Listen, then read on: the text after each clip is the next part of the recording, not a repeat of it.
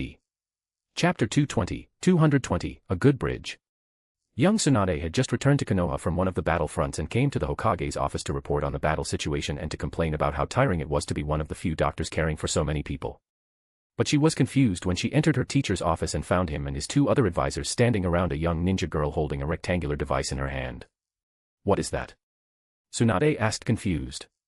Staring at the door in surprise, Hiruzen was ready to get angry at whoever had acted like that in his office, but when he saw that it was Tsunade, Hiruzen quickly changed his attitude and smiled.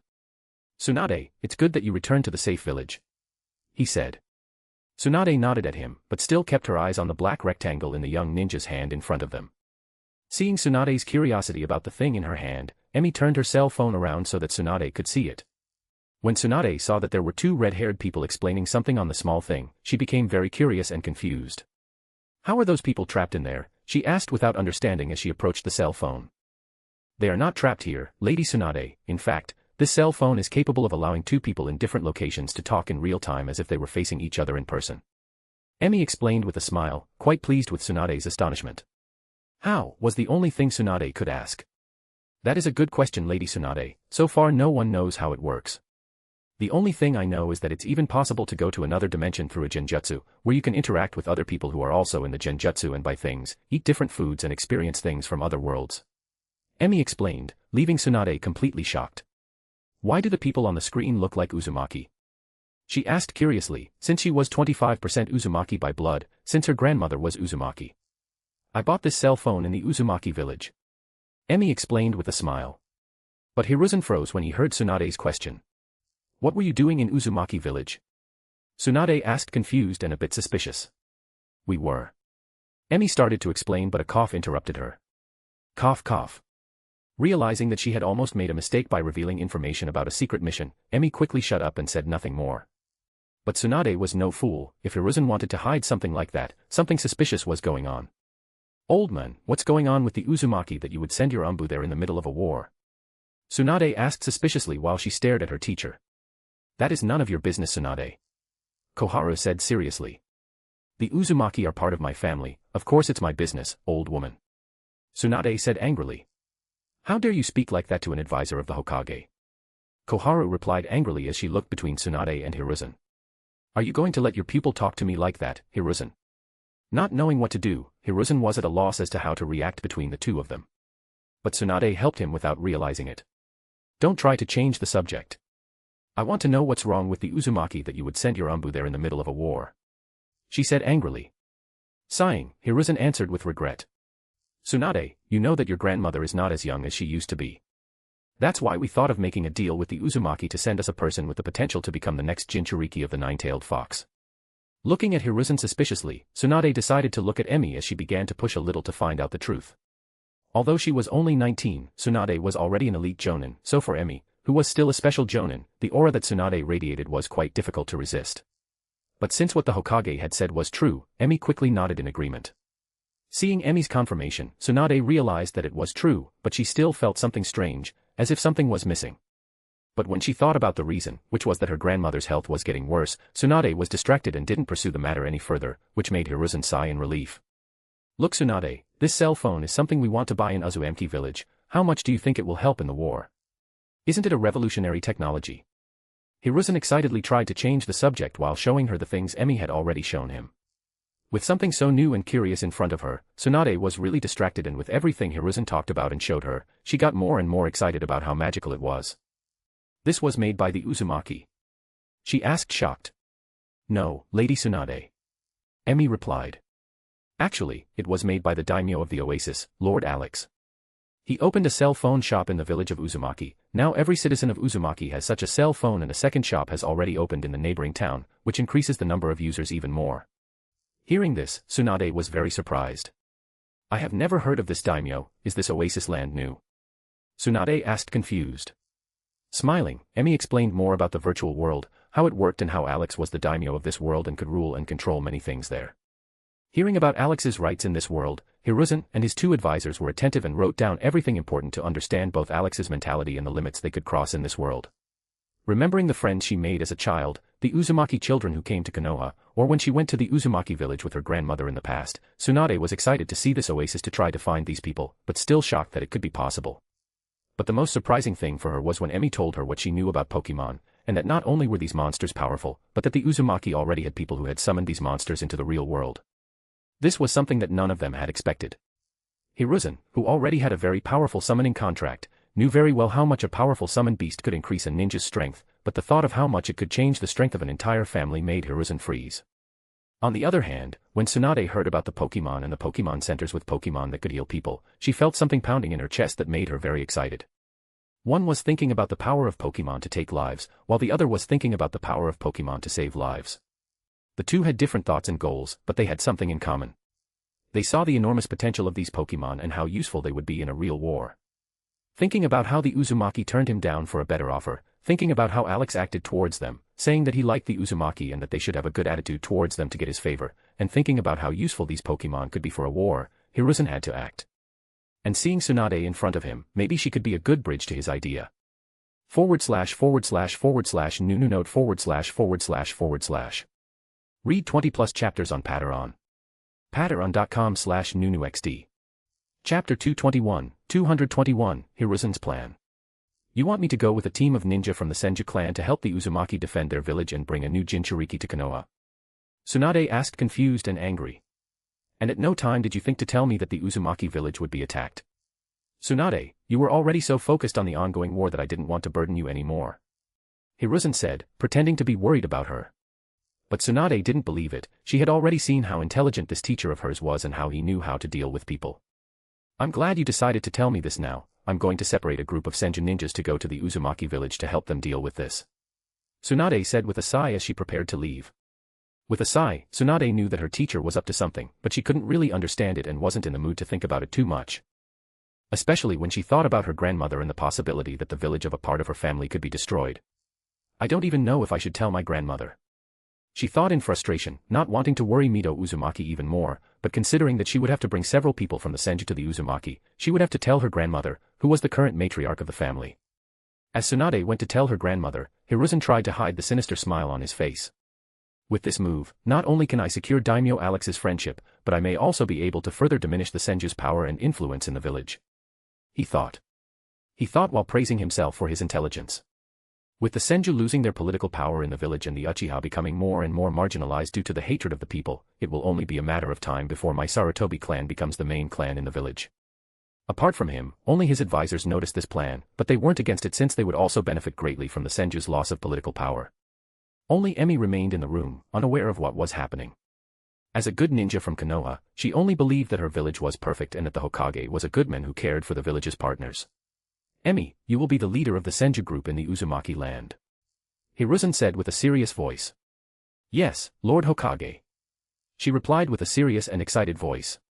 Tomorrow, you'll go back to Uzumaki land, but in the meantime, I want you to show us everything that this mobile phone can do and all the functions that you think are useful for the village.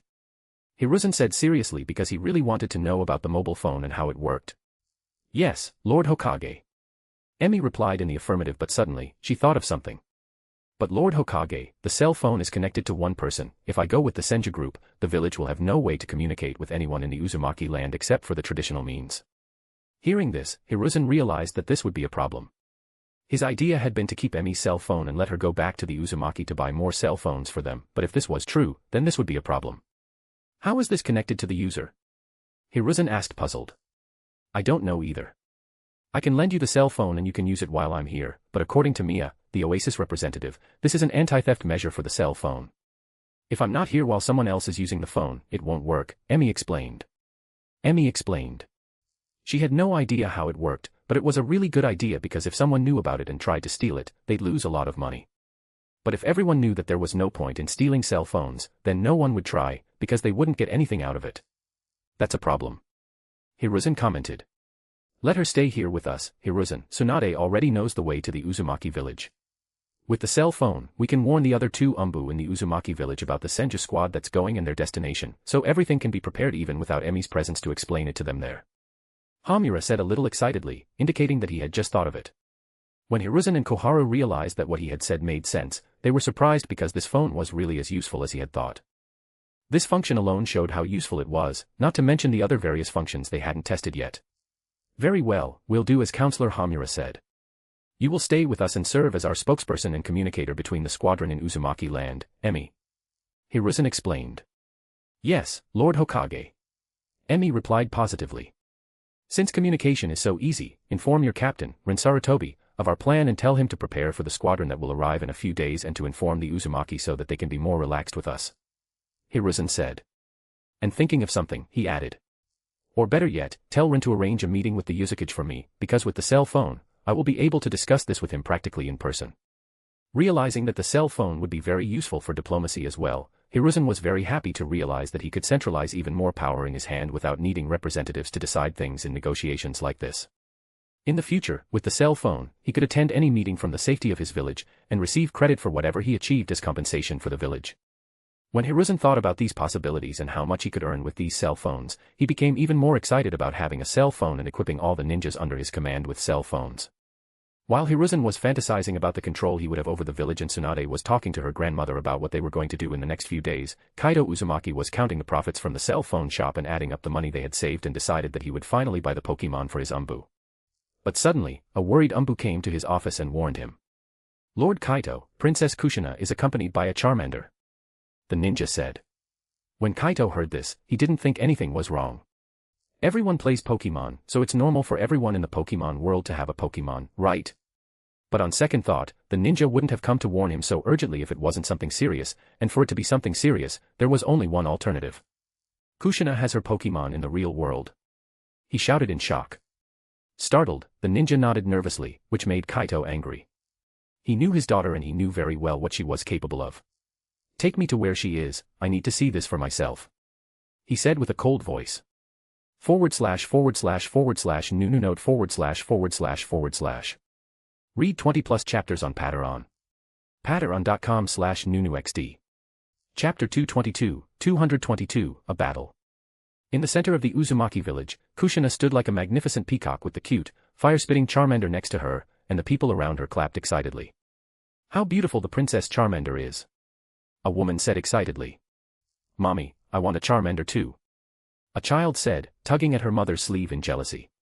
Seeing the jealous children around her, Kushina felt at her most glorious. I am the only person in the village besides my father's Umbu with a Pokemon, right now I must be the most beautiful girl in the village. She thought with a big smile, loving the adoration people had for her. But suddenly, she heard something she didn't know. Is it possible to have a Pokemon battle between Princess Kushina's Charmander and Riku's Magikarp in the real world? A man asked curiously. Since everyone had played Pokemon, they were familiar with the battles between the Pokemons of this world. However, they had only witnessed them in the virtual world, and had never seen them in person. Now that there were two people with Pokemon in the village, perhaps they could see a real Pokemon battle. But to Kushina's ear, that was very bad news. I'm not the only one with a Pokemon. And even worse, I'm not even the first to have a Pokemon in the real world. She thought worriedly. What did you say? Someone else has a Pokemon. Kushina said innocently, as if she was just curious. Yes, Princess Kushina, my youngest son, Riku, has a Pokemon as well. He won a Magikarp, and now he must train it in the sea around the village.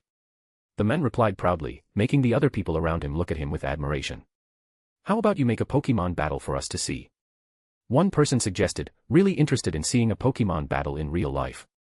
Kushina was a little nervous since she wasn't a very good trainer and had only recently started learning from Alex, but considering that her opponent was just a Magikarp, the weakest Pokemon in the game, nothing could go wrong, right?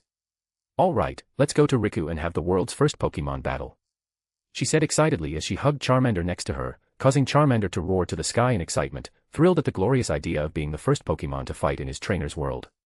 Hearing this, the various people around them became excited and began to follow Kushina to find Riku and see this battle. On the way to the beach, several people heard what was going to happen and also followed the group to see this battle in the real world. Even the two ninjas from Konoha heard about it and rushed to the beach to watch this first Pokemon battle and get more information for Konoha.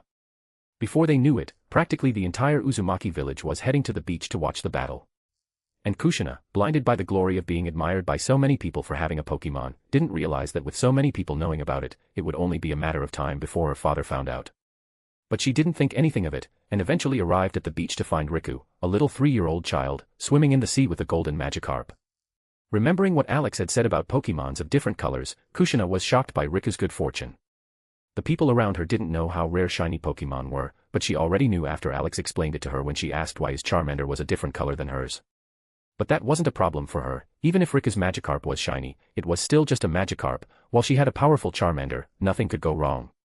When Riku's father arrived at the beach and saw Riku swimming in the sea, instead of training as he said he would, he had to cover his face with his hand in shame. He knew that his son loved to swim, but now that he was having fun in front of the whole village instead of training seriously as he told the other people, it was a bit embarrassing. Fortunately, Riku was only 3 years old, and people just thought it was cute instead of judging him as if he were an older child. Riku, Princess Kushina has come to have a Pokemon battle with her Magikarp, what do you think? Riku's father said as he led his son out of the sea. Confused by all the people around him, Riku became nervous as he looked at his father. Dad, Riku doesn't know how to fight. Seeing the child's nervousness, Kushina felt a little bad and thought that it might really scare the little boy. So she walked over to him and stroked his wet hair while asking in a caring voice, "Big sister just came to show the people in the village how cool our Pokemons are. Don't you want to let people know how cool your Magikarp is?" Although she was also a child, Kushina was 9 years old and had already received ninja training, while Riku was only 3 years old and only played with other children and swam in the sea. Even though Kushina was very playful and acted very childish, it was only in the eyes of the adults, because to the other children, she was almost like an adult. When he saw Princess Kushina talking to him like that, Riku was moved. He had always admired her, and seeing her talking to him like that, and then looking at the Magikarp in the sea, who was staring at him expectantly underneath that bored expression, Riku thought that it might be nice for him. Okay, Riku will try to fight and show everyone the power of the Magikarp, he said excitedly, making the people around him laugh and clap their hands, cheering the two kids on. Alright kids, let's have a fair and lively battle, the focus will be on having fun and showing the potential of each Pokemon. Riku's father said as he walked away, leaving room for the two Pokemon to fight. The problem was that even though Magikarp was a water Pokemon, which was theoretically Charmander's opponent, no one believed it could win because everyone knew how weak that Pokemon was and how powerful Charmander could be. //////NuNuNote // Read 20+ chapters on Patreon. Patreon.com/NuNuXD. Chapter 223, Magikarp's Fury. Charmander, take advantage of the fact that it hasn't entered the water and attack it with Scratch. Kushina shouted as soon as the battle began. Since the battle was supposed to be fair, Magikarp wasn't far out in the ocean, so Riku had called Magikarp to stand on the edge of the beach so the two Pokemon could greet each other before the battle, and Kushina took advantage of that. But even though he was only a child, Riku was no fool, so he quickly shouted, "Run, Magikarp." Hearing his master's command, Magikarp, despite his lack of intelligence, quickly swam deeper into the water, leaving Charmander without a target to attack. At that moment, Kushina was at a loss, not knowing what to do now that Magikarp was at the bottom of the water. But the same could not be said for Riku, who saw that his Magikarp was safe at the bottom of the water and wondered what he could do. Since he hadn't looked up anything about Pokemons, he had no idea how to deal with Charmander. Since he first entered the Pokemon world, he had only had fun swimming with Magikarp and the other aquatic Pokemon he had met, none of which had anything to do with Charmander, so this was something new for him. Looking at the lost Charmander, Riku thought of something. Taking advantage of the fact that Magikarp could hear his commands even underwater, Riku ordered, "Magikarp, attack the fireball in Charmander's tail with your Dragon Ball." Riku commanded, taking everyone by surprise. Since when did Magikarp have an attack with such a powerful name as Dragon Bullet? Even Kushina was shocked and worried. She wanted to order Charmander to move away and dodge this attack, but Magikarp had already stuck his head out of the water, and water was gushing into his mouth at high speed. "Charmander, dodge that!" She shouted worriedly, while even Charmander got worried and tried to run away without turning his back on Magikarp. But it wasn't enough, because in just 2 seconds, Magikarp had accumulated enough water and used his attack.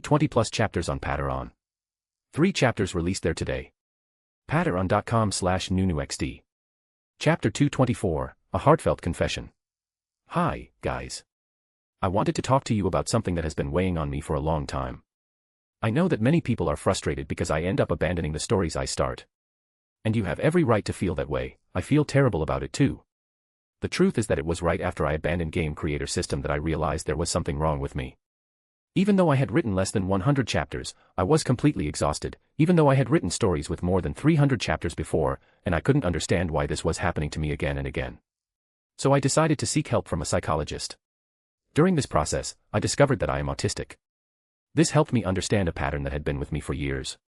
Whenever I start a story, I go into such an intense hyperfocus that I write non-stop, stopping doing things I enjoy, playing LOL or other games, stopping going to the gym, and ignoring all my body's limits, staying up until 5 in the morning writing non-stop. This seems great at first, but after a while, fatigue sets in, I start to feel like doing other things, and burnout comes. In my head, the story becomes a huge weight, even if I still like it. And then I completely freeze up. I'm not saying this as an excuse. I know how much this affects those who follow my work. I just want to honestly explain what has been happening to me. Since then, I've been trying to do things differently.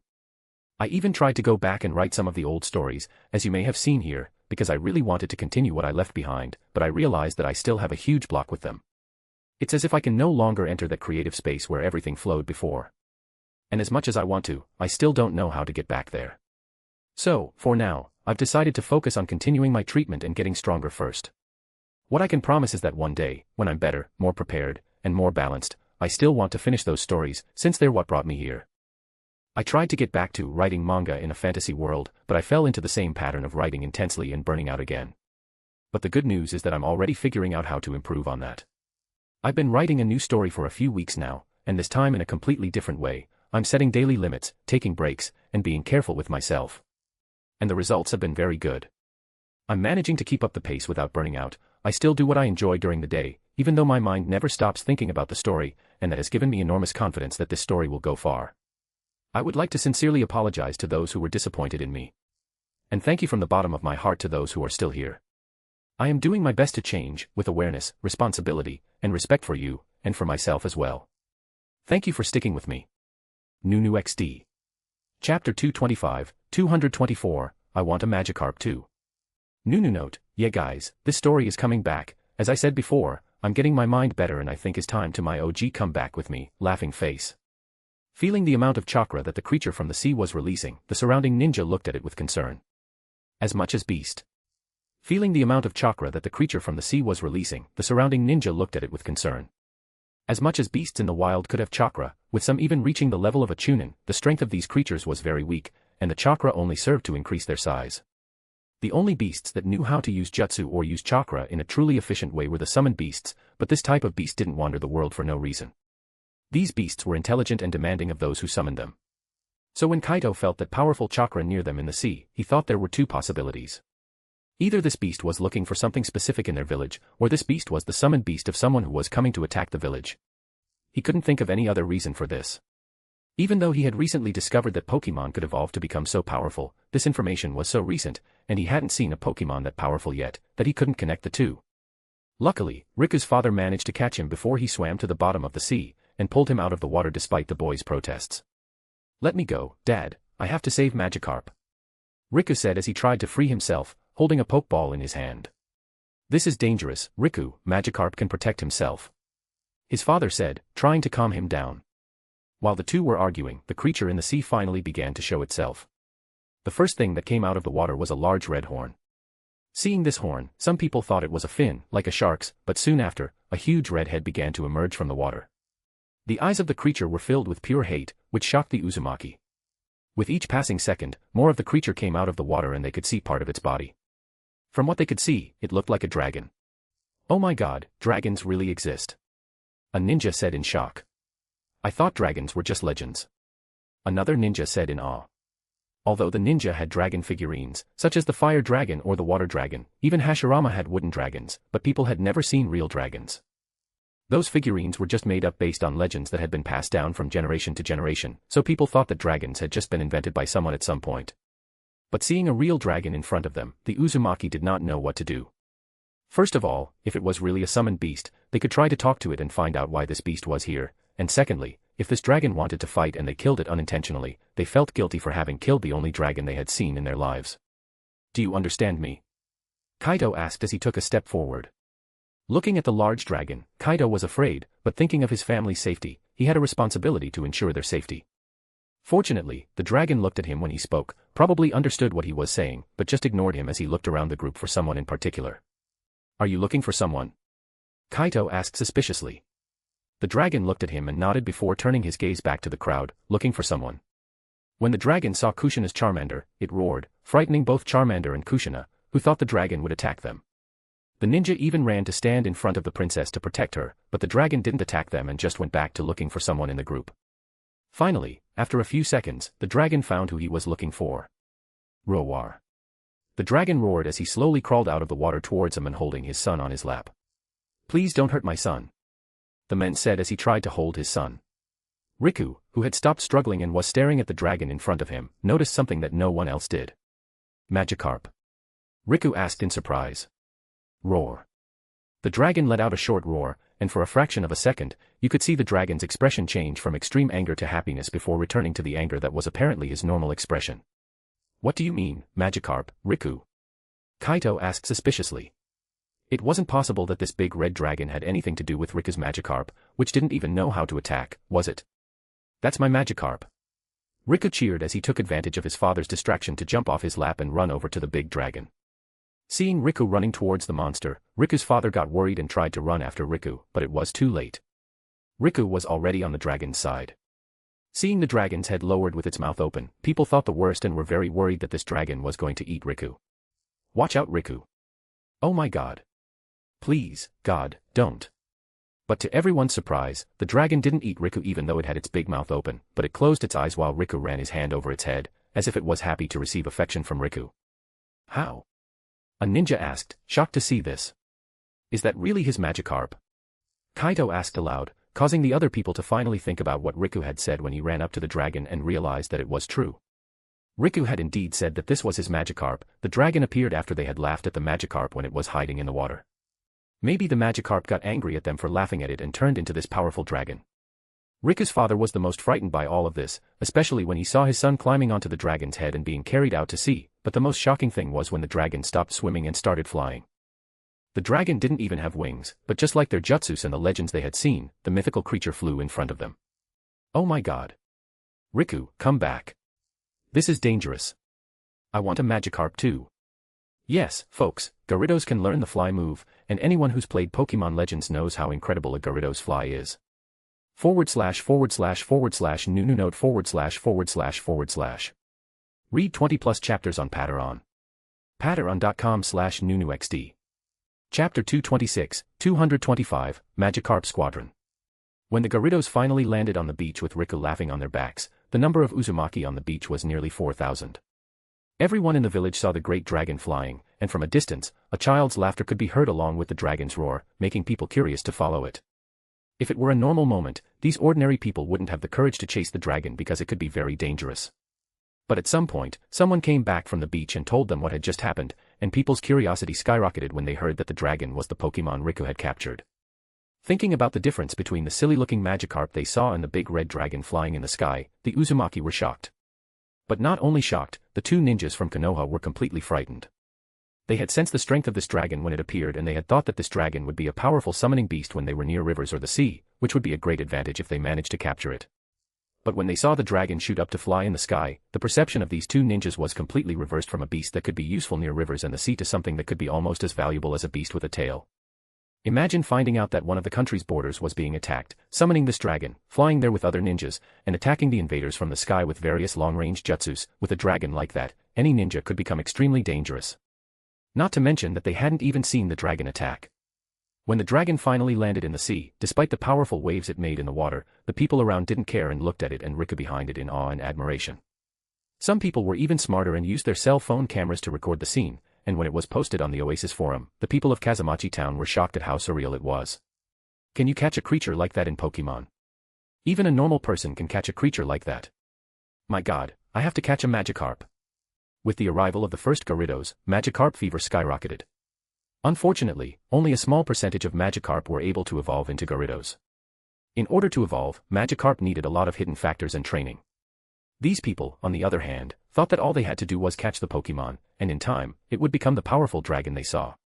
Fortunately, people probably wouldn't even be able to develop their relationship with Magikarp enough to buy those Pokemon for the real world. The only ones who really thought about investing in it were the governments of both Kazamachi and the Uzumaki village, such as Konoha, after Hiruzen saw this publication.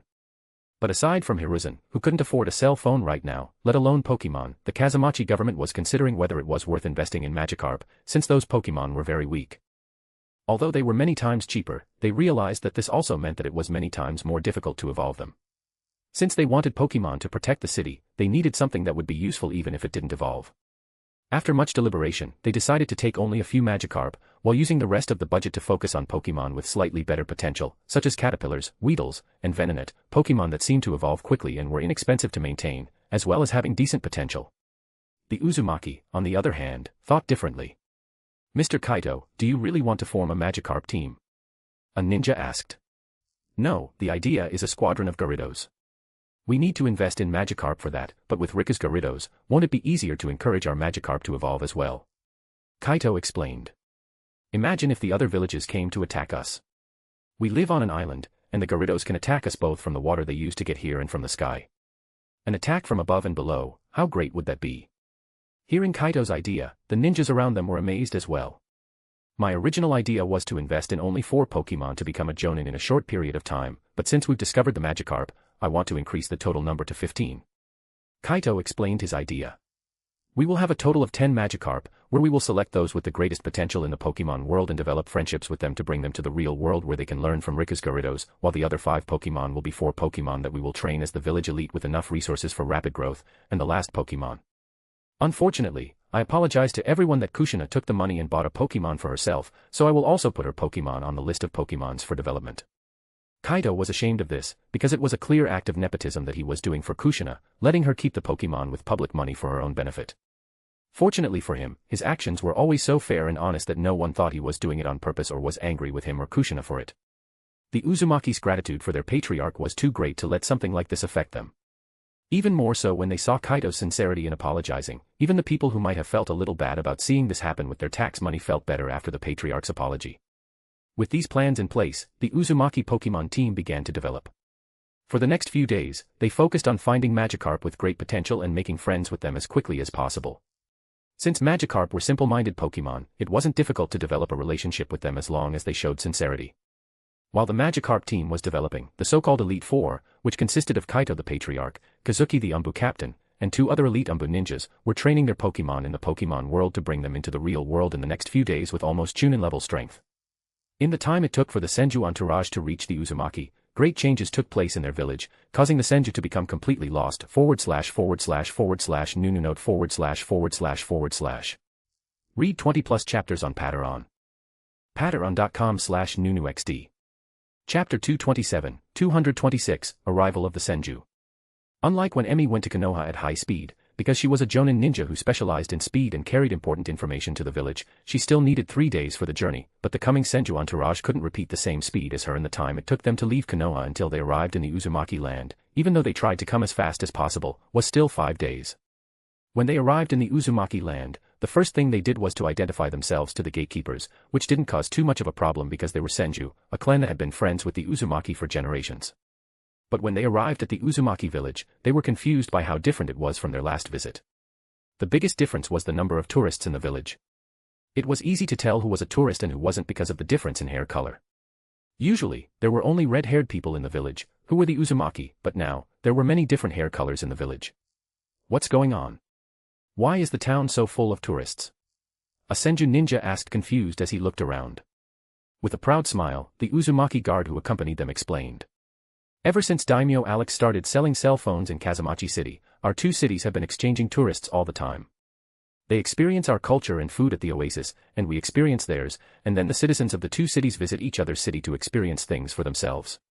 Hearing this, Tsunade and the Senju ninjas were surprised. Can you tell me more about Daimyo Alex? Tsunade asked curiously. If someone else had asked, the Uzumaki ninja might not have answered, but since she was the Senju princess, granddaughter of Lady Mito Uzumaki, it might not have hurt so much, so he explained. Daimyo Alex is a young man of your age, Lady Tsunade, but his intelligence and technology are on a level we can't even imagine. His inventions are things our imagination cannot even fathom, and he already uses them as if they were the simplest things in the world, both the cell phone with its many functions and even his carriage that can move on its own without a horse pulling it. The guard explained with stars in his eyes. It was clear that this ninja had become a fan of Alex's, which was surprising to the Senju, since they knew that for a ninja to admire someone, that person had to be really much better than they were, so much so that usually only a small number of people in a village achieved such fame after years of contribution. For Daimyo Alex, who had arrived in the land of the Uzumaki only a few days before and had already made ninjas admire him in this way, what magic did this Alex have? As they walked, the Senju were surprised by the behavior of the people.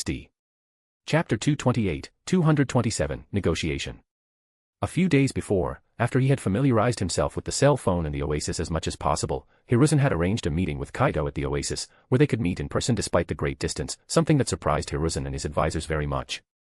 Facing each other in a private booth of a luxurious restaurant, Hiruzen sat with the two ninjas who were in the land of Uzumaki, while on the other side, Kaido sat with 3 other Uzumaki ninjas. I think you changed your mind about what to offer to get another Jinchuriki from our family after you tried the cell phone, right Hiruzen? Kaido asked with a serious voice and look on his face. Hiruzen nodded his head and confirmed. Yes, even though we are very busy with the Second World War, we still need a new Jinchuriki, and for that, we are willing to change our offer to support a squad of 20 Senju ninjas, consisting of 1 elite Jonin ninja, 4 Jonin ninjas and 10 Chunin ninjas. When he heard Hiruzen's offer, Kaido was already very pleased. This help of 1 elite Jonin ninja and 4 Jonin ninjas would be very useful, and the fact that these ninjas were from the Senju family made it even better, since it was a family they could trust in both strength and character. But he knew that Hiruzen wasn't stupid enough to offer the limit he could deliver without a reason, so he was probably willing to deliver more. Thinking about the reason, Kaito understood that Hiruzen was trying to buy their friendship, probably because of what Alex had said to them. Even at this moment, Daimyo Alex is helping us. Kaito thought with satisfaction. This is a very tempting offer, Lord Hokage, but I believe that the help of 20 ninjas is not enough for me to send you a powerful Fujitsu talent to become a Jinchuriki. At most, I could send you a child with above-average talent. Kaito explained, which was true.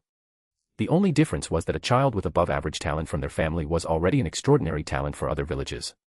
But Hiruzen also understood something: if they offered more, the Uzumaki would be willing to send a child with really good talent. But now, Hiruzen wondered what Kaito wanted to achieve. Since he was talking about the child who would become the next Jinchuriki of Konoha, it was essential that this child had the best possible talent to prevent a catastrophe in the future. What do you need, Lord Uzumaki? If you tell me what you need, it will be easier for me to organize myself to get it for you. Hiruzen asked. Pretending to think about it, Kaito already had something in mind. I want a total of 2 billion ryo. Hearing that, Hiruzen's heart almost stopped. 2 billion. Lord Uzumaki, this amount is far beyond our capabilities. Hiruzen explained. Shaking his head, Kaito knew that it wasn't true. We know that's not true, Lord Hokage, just the funds that the daimyo of fire gives you every year is more than that, not to mention the profits you get from the taxes of the huge population of your village and the large profits you get from the thousands of missions that the ninjas of your village carry out every day. Even though it's a high figure for ordinary people, those of us who deal with the economy of a country know that it's not that high. Listening to Kaito's arguments, Hiruzen sighed as he explained, but we also know that even though the village makes a lot of money from missions, taxes, and funding, we also have a lot of expenses, Lord Uzumaki. This number of 2 billion is really impossible for us.